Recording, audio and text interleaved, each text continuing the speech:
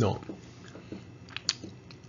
Welcome to our second KCB 203 Consumption Matters, Consumer Culture and Identity podcast. In this week's podcast, we're going to be looking at the key theoretical approaches to the study of consumer culture and consumption, and through that discussion of the theory, attempting to understand the main ways in which consumption has been framed in public debates and discussions.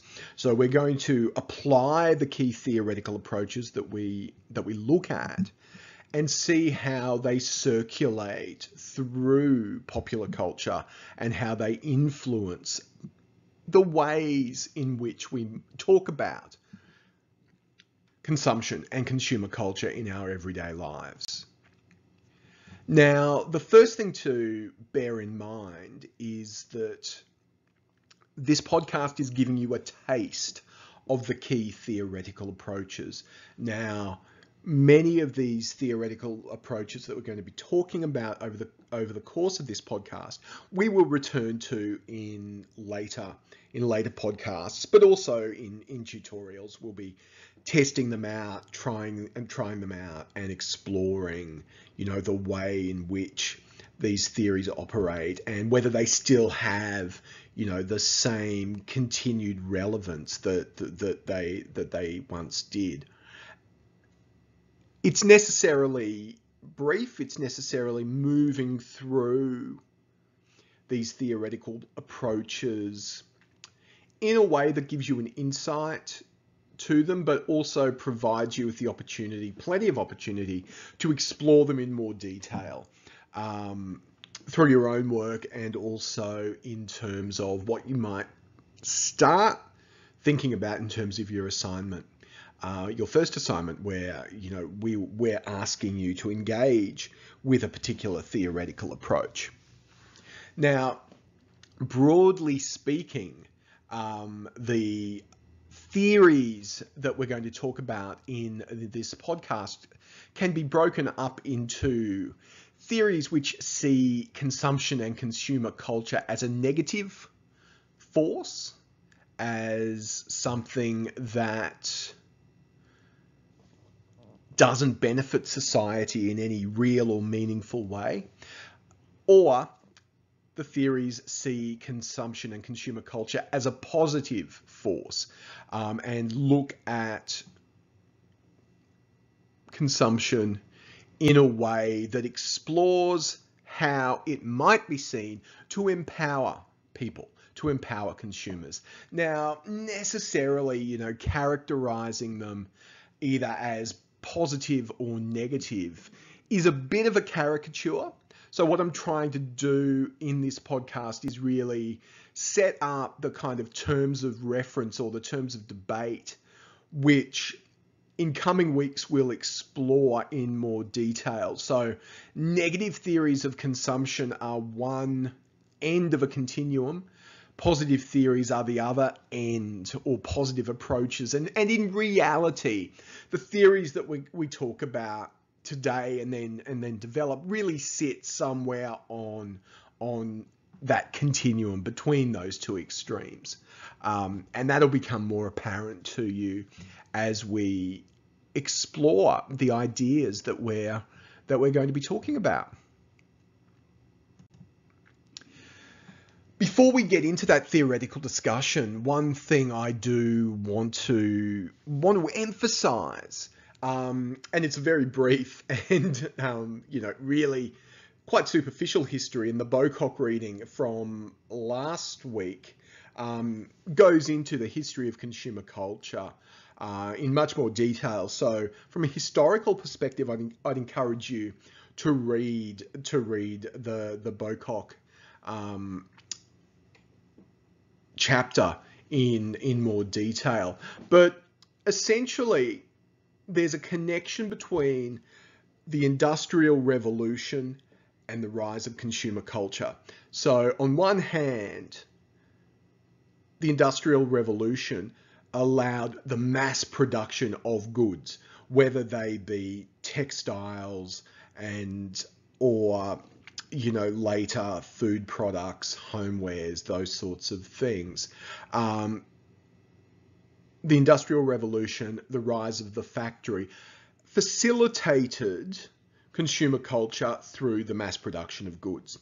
But the Industrial Revolution had another effect on consumer culture, and that is the idea that to work in factories required people to move from the country, to move from farms, to move from the largely agrarian lifestyle that they were leading, and seek employment in the cities. So you ended up with a large number of people, a significant proportion of the population, moving to cities to work in factories. And of course, you needed to clothe and feed them. Hence, we see the rise via the Industrial Revolution, and of course facilitated by the mass production of goods. We see the rise of things like the department store. And that photo on your right is the original, the world's first department store, Macy's on 7th Avenue in New York. I'm assuming a few of you have probably been there and stood on that corner, a lot busier than it was back then. But the building, interestingly enough, looks pretty much untouched. So we've got this connection between the rise of consumer culture and the Industrial Revolution, both in terms of the production of goods and services, and also the shift in the population towards cities, urban society, and the growth of commerce to sustain and support that population. In many ways, it makes perfect sense to start a discussion of consumer culture and, you know, to start a discussion of the critical and theories of consumer culture with Marxism. You know, so if you are going to try to understand consumer culture critically, then the best way to do it is to use a theory that really attempts to unpick capitalism and expose the flaws in it, both as an economic and as a social system. That's why we start with Marxism. Now, Karl Marx argued that capitalist society is governed by class struggle, a struggle between three main social classes. He spoke about the proletariat, the working class, the petty bourgeoisie, and the bourgeoisie. So the bourgeoisie are the large-scale business owners who control the means of production. So the factory owners, the owners of manufacturing industries, the owners of large-scale enterprises who make goods, produce services, or offer services to the rest of the population. And largely, in Marx's terms, the rest of the population was made up of the proletariat, or the working class. So the proletariat are the people who sell their labour to the bourgeoisie in return for income. So the working class are the factory labourers. They are the shop assistants. They are the people who are employed by the bourgeoisie to do the work of the bourgeoisie and make them money. So the proletariat sell their labour to the middle classes in order to be paid. Now, Marx didn't talk a lot about the petty bourgeoisie because historically, at the time Marx was writing, it wasn't necessarily such a significant part of the economic structure. But now, through the growth of the information society, and the knowledge economy, the growth of white-collar professionals, we can now talk about a third layer, a third class, the petty bourgeoisie, the small business owners and middle-class professionals. So we're talking about, you know, the people who are self-employed, who run independent businesses, who are also and also who are white-collar professionals. So we're talking about lawyers, doctors, accountants, teachers, those types of people. Now, it's important to understand that within this three-tiered class framework, class is related to but not the same as level of income. So just because you earn a lot of money does not necessarily mean you are automatically part of the bourgeoisie or the petty bourgeoisie. Rather, your class position is determined by where you stand in relation to the means of production. So in other words, if you own the means of production, if you own a factory, then you are part of the bourgeoisie. If you work in that factory, then you are part of the proletariat. Now, we can talk in terms in kind of contemporary and Australian terms. We can talk about the rise of the cashed up bogan, largely through the mining boom. Now, people who've gone to work in mines are doing so because they're paid a lot of money. But that does not necessarily mean that they have changed their class position, because they are still working for large multinational corporations who own the mines. The people who work in the mines, even though they may be earning $80,000, $100,000 plus a year, they still have to sell their labor to the mine owners in order to make that money.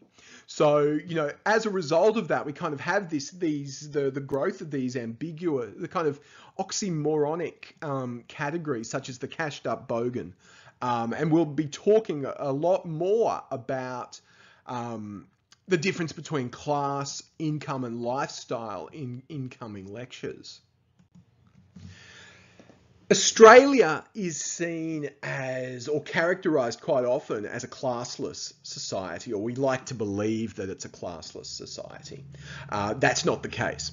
That's not the case.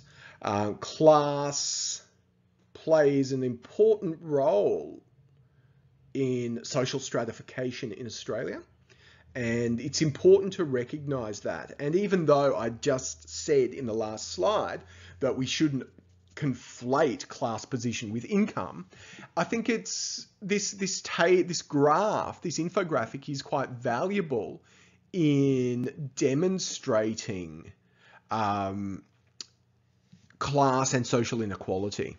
So if we look at the green map of Australia, and what the green map of Australia is telling us, that this is average household gross annual income. So this is income before you pay tax.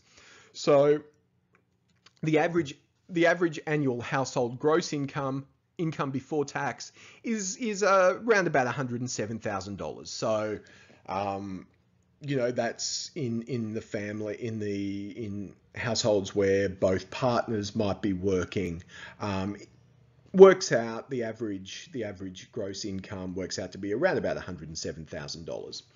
Now, if we look at the way this breaks down, we get to see something quite interesting. So down here, down this side, we can see the economy broken up in terms of, here we have the lowest 20% of income earners, here we have the highest 20% of income earners, the second highest, or sorry, the second lowest, the third lowest, the second highest, and the highest level, 20% of income earners. So here are the top 20%, here are the bottom 20%. So here are the top, here are the bottom. Now the interesting thing, so we've got, you know, the top 20% of income earners own, or the top 20% of income earning households earn about $260,000 a year. The bottom 20% of household incomes earn about $22,000 a year. Now, that in itself is a pretty massive discrepancy, but pay attention to these figures. So our bottom 20% earn just 4% of all household income in Australia, whereas the top 20% of household incomes constitute almost half of all income in Australia. So almost half of all household income in Australia is generated by the top 20% income earners, whereas 4% of the bottom, 4% of household income is generated by the lowest 20%. So the rest of us kind of sit somewhere in the middle. Well, I actually, realistically, I shouldn't say the rest of us, because if you are a student living by yourself in a share house, something like that, chances are you might fall into that category and that income bracket, and you would know, from bitter experience, that how hard it is to live on that. So we've got this enormous discrepancy between the top income earners and the bottom income earners, and that translates over here to the yellow map of Australia, where we look at national average household net wealth. So this is a household's total wealth.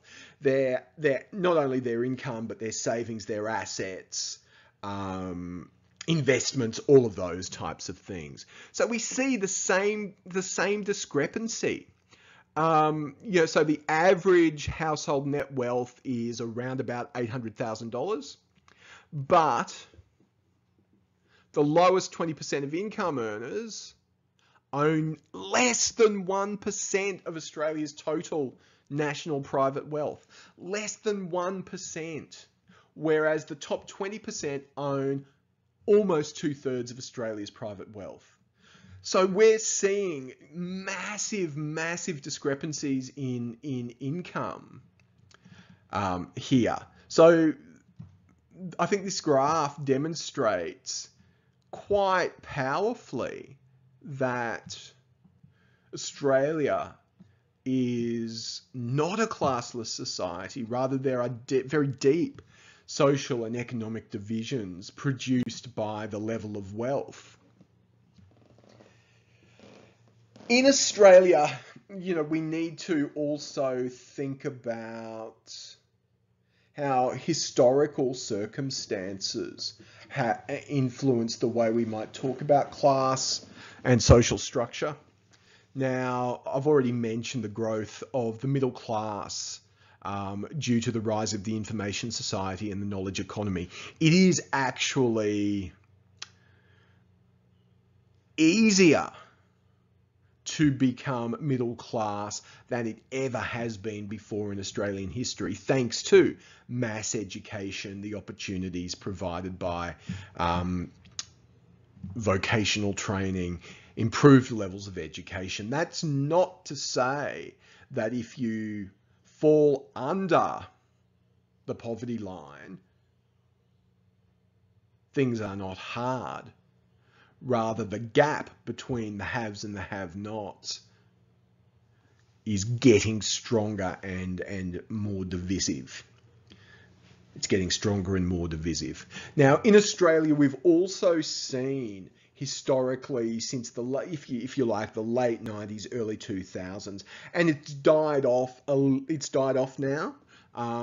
So it's not the growth of blue collar incomes due to the mining and housing boom of that late 90s, early to mid 2000s period. And through that, we see the rise of these kind of contradictory social categories, such as the cashed up bogan, as being quite not only an important cultural figure in Australia, but also an important political figure.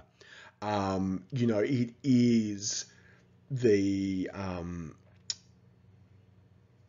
heartland of Australia, the upper working class and the lower middle class, particularly in the Greater Western Sydney region and in southeast Queensland, those electorates in those two regions, that shifted politically during that period from being quite, you know, traditional Labor electorates and turning into quite strong coalition electorates largely through, you know, John Howard, former Prime Minister John Howard's economic policies at the time.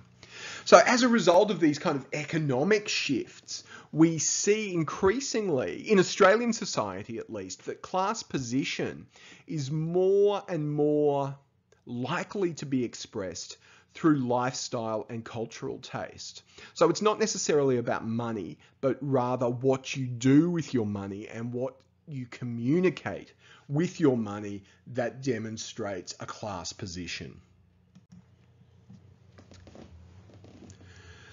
So Marxism argues that capitalism is a destructive economic force because the modes of production lead to the disconnection of the individual from themselves, from others, and society. So Marxism argues that capitalism is essentially destructive because it makes us compete against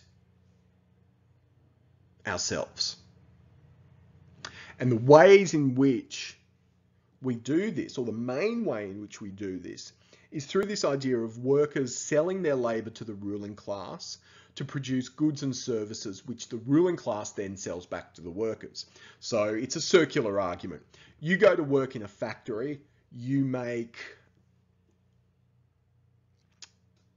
a car, or you're part of a factory that makes a car, then you use the income that you make from your factory job to buy a car, and the profits from that go back to the car company.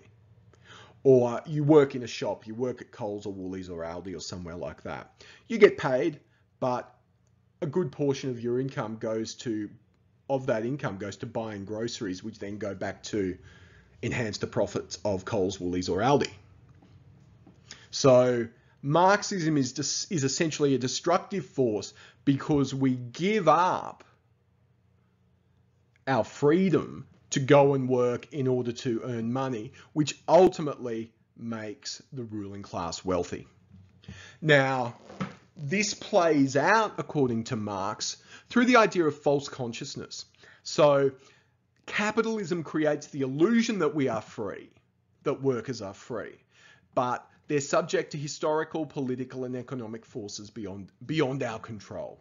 So we believe that going to work and earning money allows us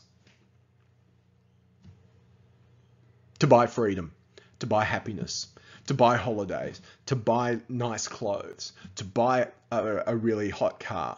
But ultimately, buying those things produces benefit not for us, but rather the people who own the car companies, the clothing companies, the airlines, etc.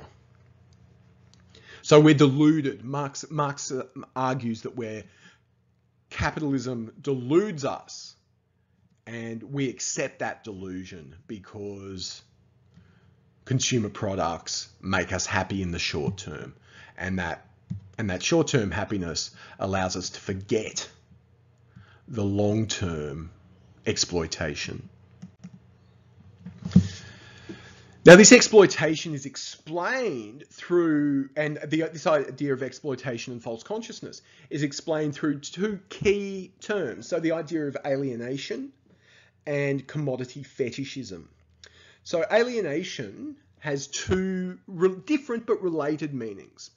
So historically, Marx argued that the organization of industrial production, so the movement from individual craftspeople, artisans, into factories, mass produced, and the mass production of goods and services, that shift robbed us of opportunities for meaningful and creative work performed in conjunction with other people, over which we had a degree of control. So in other words, you go and work in a factory or you work in a shop, you will perform, chances are that you will perform the same mundane, repetitive task for hours and hours and hours on end.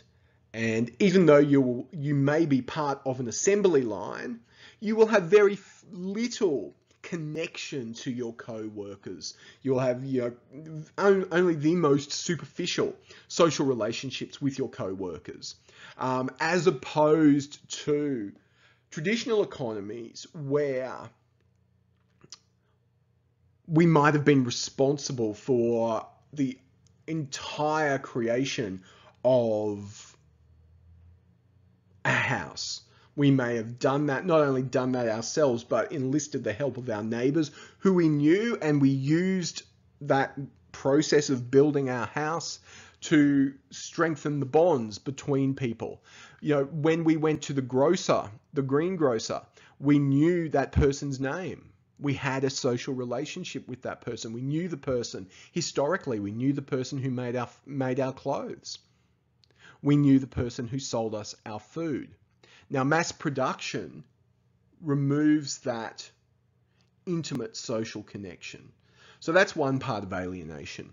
The second part of alienation is the idea that mass culture leads to the breakdown of traditional social structures. So because we no longer are engaged in meaningful economic relationships with our neighbors, with our communities,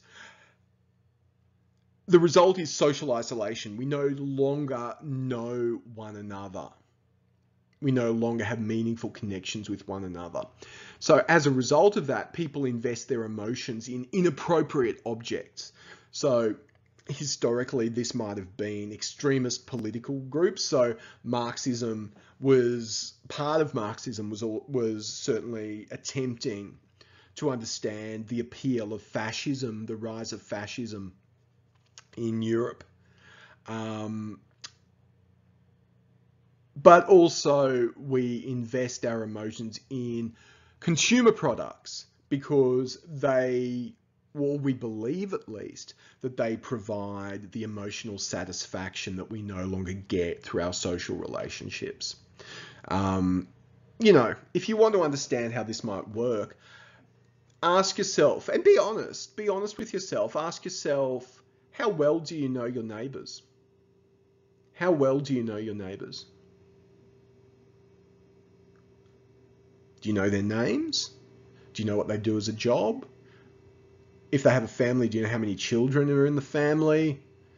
Those sorts of things.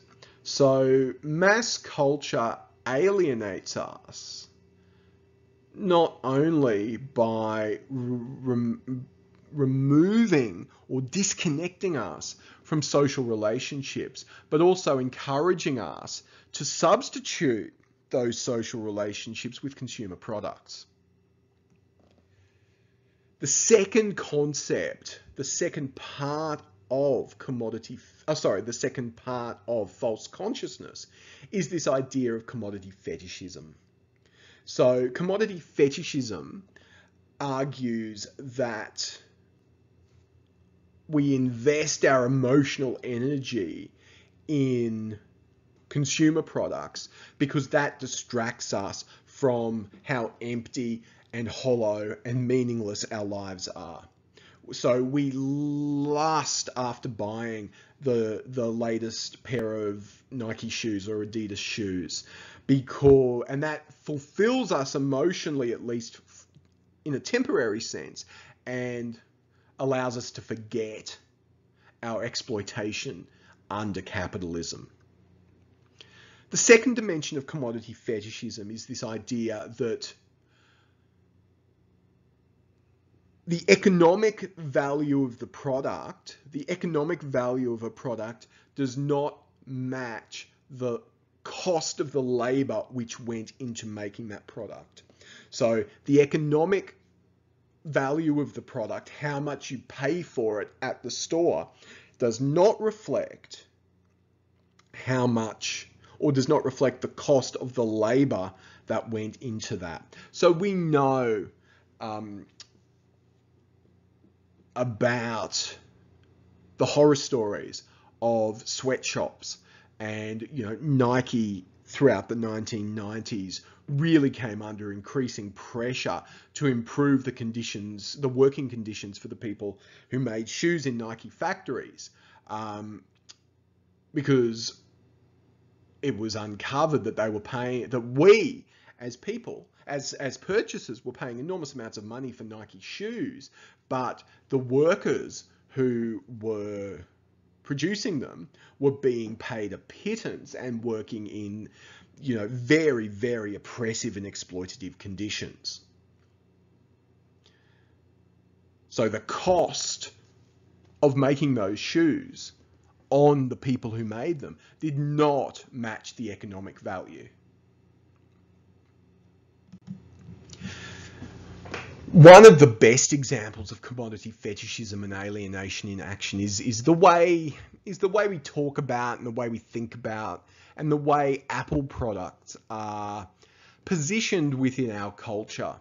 Now, I choose Apple products kind of pointedly because I'm assuming that many of you own Apple products. If I was doing this as a lecture, I'd probably be staring out at a whole bunch of glowing apples on your laptops. Certainly parts of this podcast were created using Apple products, so I'm as much a part of this as anyone else.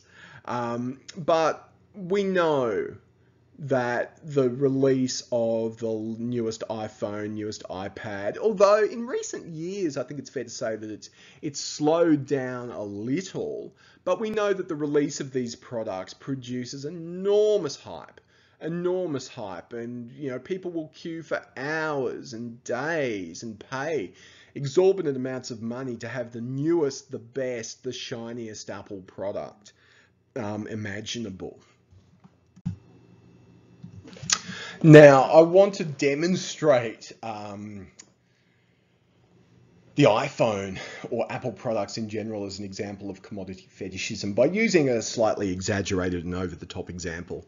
So this is a clip from an episode of Futurama, which shows the hype around the release of the new iPhone. Or a new iPhone. And in the clip, although, it's played for laughs and is way over the top, in some respects, the hype is only slightly exaggerated. And it's quite interesting. I thought it's quite funny and interesting, the way we put ourselves under incredible pressure and suffer enormous pain to be physical pain in the case of this example, to be the first with the iPhone. So take the opportunity to watch this clip, and you'll understand, although in an exaggerated way, a lot of the elements of commodity fetishism that circulate around Apple products.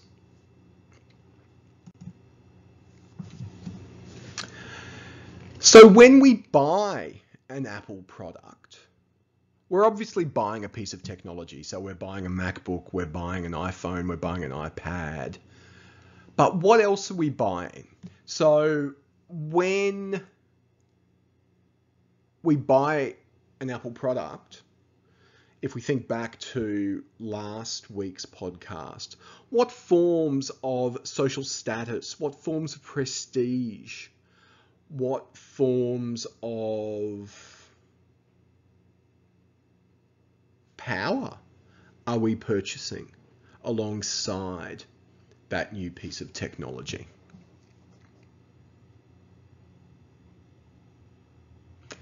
This is a question that we're going to get you to answer in the review exercises and the review activities for this week. So have a think about these questions, make some notes, and then you'll have the opportunity to share your answers with us, and we'll have a look at what some of you have said. Now, I want us to explore this idea of of commodity fetishism in a bit more detail by looking at the economic cost, the financial cost, the cost of the iPad that we pay at the Apple Store versus the social and emotional cost to the workers who make these products. So this is a news story from a few years ago, which looks at Foxconn, which is the company in China that makes Apple products, that makes iPads and iPhones, and uncovers the really poor working conditions that Foxconn employees have to suffer in order to make these shiny products for us, and also looks at the cost, the emotional cost of working in these conditions on the employees, on the factory workers themselves. So again, take the opportunity to watch this news clip and think about whether the financial cost of buying an iPad really equals or is really equal to the emotional and social cost to the people who were involved in making it.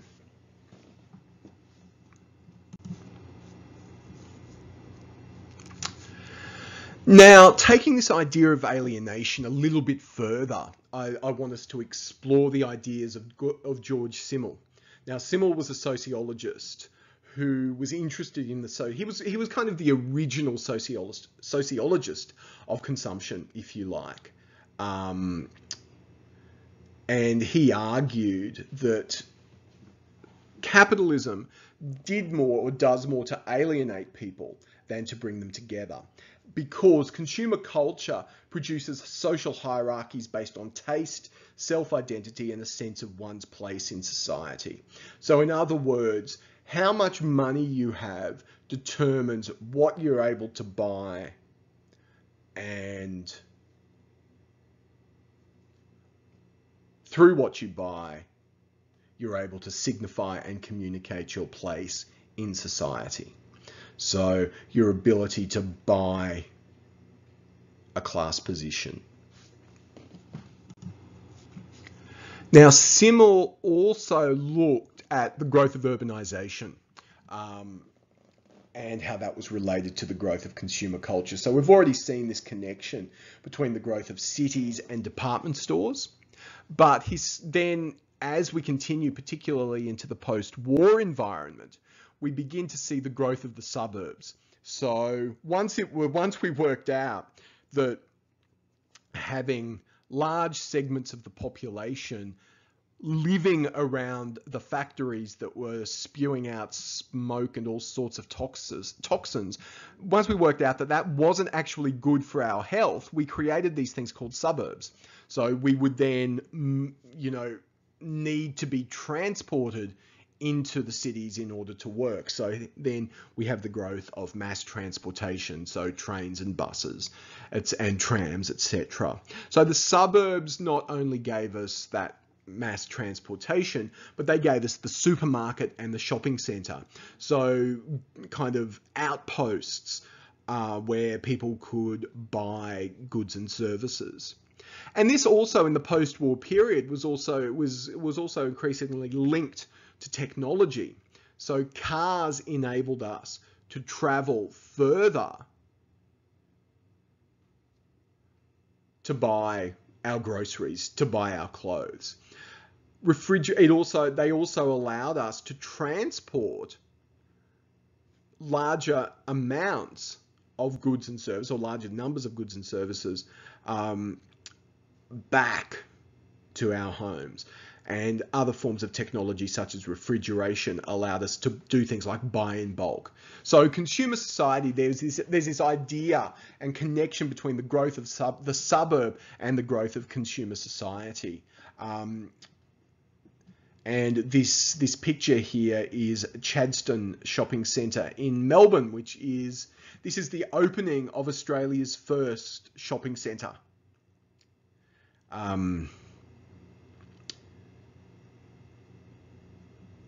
And you can see the enormous car park designed to hold the large numbers of people who would drive in order to get their groceries and do their shopping, buy their clothes, etc., etc.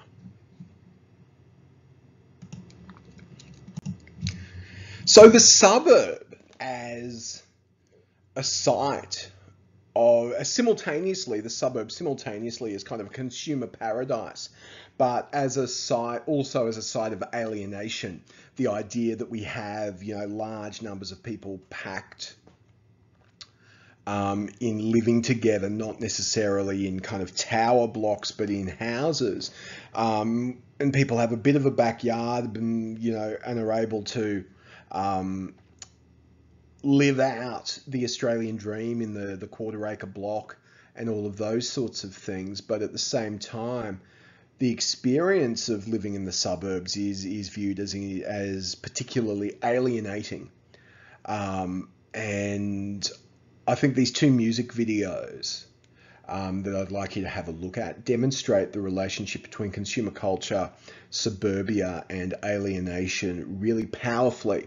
So the first one is Arcade Fire's song "The Suburbs," and the imagery in the music video becomes increasingly kind of disturbing as the song progresses. So we begin with these quiet, saccharine images of consumer society.